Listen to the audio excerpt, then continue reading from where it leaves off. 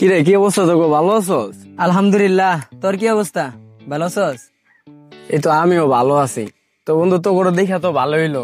কালকে আমগো পূজা, পূজাতে অনেক আনন্দ হইব, গান বাজনা হইব, ঢাক ঢোল বাজবো, তো অনেক মজা হইব। তো কালকে তোরা দুজন আমার লগে যাইস।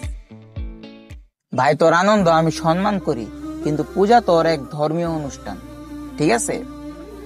তো আমাদের ধর্মে শিরক এবং মূর্তি পূজা থেকে দূরে থাকার কঠিন নিষেধ আছে। তাই আমি তোর পূজায় অংশগ্রহণ করতে পারবো না বন্ধু। কিন্তু বন্ধুত্বের খাতিরে তো আমাদের যাওয়া উচিত, তাই না?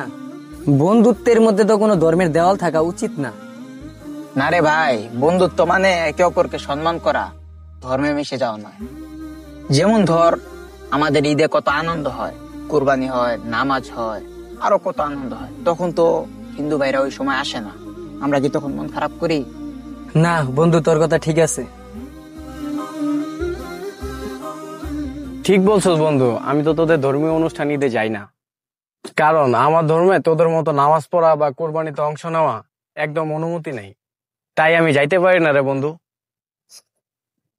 এই জন্য আমাদের কোরআনে পরিষ্কার ভাবে বলা আছে, লাকুম দীনুকুম ওয়ালিয়া দিন, মানে হচ্ছে তোমাদের জন্য তোমাদের ধর্ম, আমাদের জন্য আমাদের ধর্ম। আচ্ছা, তোরা বলছিস ধর্মে কোনো জোর নেই, শুধু সম্মান আছে, তাই তো? আরে অবশ্যই, বন্ধু মানে একে অপরকে ভালোবাসা, একজন আরেকজনের খোঁজ খবর নেওয়া, দুঃখে কষ্টে পাশে দাঁড়ানো। কিন্তু ধর্ম মানে বিশ্বাস, যেটা বিধান মতো পালন করতে হয়। ঠিক তাই, যদি আমি তোদের পূজায় যাই তাহলে আমার ধর্ম ভাঙা হবে, আর যদি তুই আমাদের কুরবানিতে আসিস তাহলে তোর ধর্ম ভাঙা হবে। তাই যার যার ধর্ম তার তার কাছে থাকা নিরাপদ। মানে আসল শিক্ষা হলো বন্ধুত্ব থাকুক, কিন্তু ধর্মে কোনো জোর নেই।